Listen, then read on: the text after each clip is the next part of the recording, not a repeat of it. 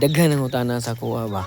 Kung unsa ko naitambal ako sa sipon sa akong mga manok, labi na karon nga uwan-uwan na. Ya. Kusog kayo ang sakit ron sa sipon, laway-laway ug ubo, halak. Kitam kayong tao dutlan man gani. Karon labi na katong wala naga-immunize sa ilang mga manok. Ang akong istorya na ninyo, labi na sa akong experience no sa pagmanok.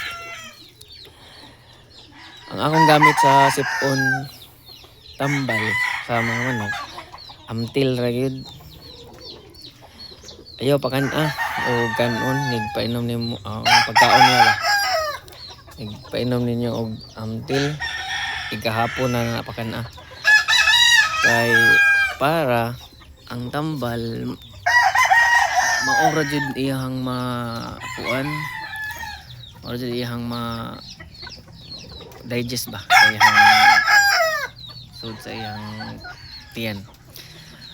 Then sa dili nakasuway day ko sa una day nga nagamit kog amoxicillin nga sa permero pa lang man nakabantay na ko nga nahalak or sipon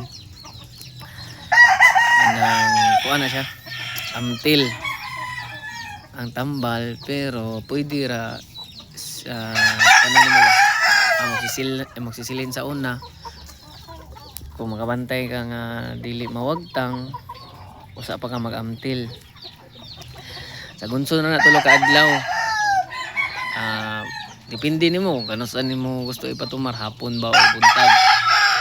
Basta kay nagpainom nimo ana kinahanglan walay kaon, then in the next pakaon na lang nimo usa nimo pakanon, then ugma na sad usa na sa usa ka adlaw ang amtil nimo paimnon kay mamatay pud yung manok kung kuan sige ho nimo mga overdose nya.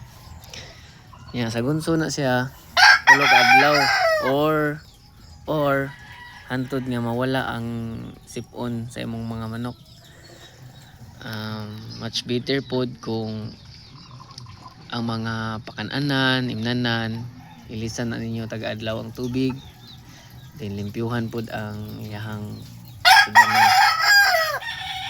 Og kanang kuan pa jud ay kanatong mga manok labi na karong tingon sensitive gud kayo.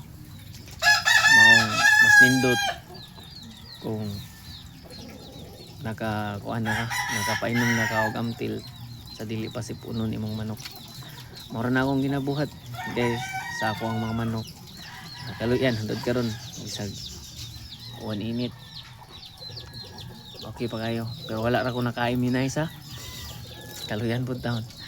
Umora to guys, kung nakagusto mo sa akong video, mga tips, daghan pa tag mga tips labi na sa laway-laway. Kuan lang, follow, share o support lang sa akong video guys. Sunod, laway-laway na pud atong itudlo sunod. Okay, salamat. Bye.